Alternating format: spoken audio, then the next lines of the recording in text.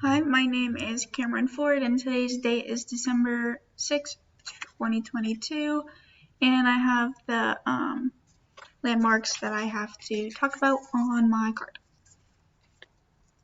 Okay, so to start, the endocardium is this layer that surrounds the heart, and then the myocardium is going to be this muscle right underneath, and then below that is the epicardium. We can see from this, we have the aorta up here on the top, and the right atrium is right over here. Then the tricuspid valve is on the side of the right atrium, and that's going to be located more right underneath this piece of fatty area,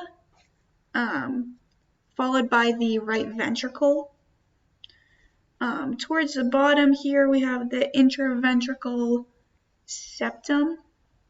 It's on the other side of these chordae tendineae, which are these, it's hard to see on this camera, but it's like the string-like filaments on the left side of the heart.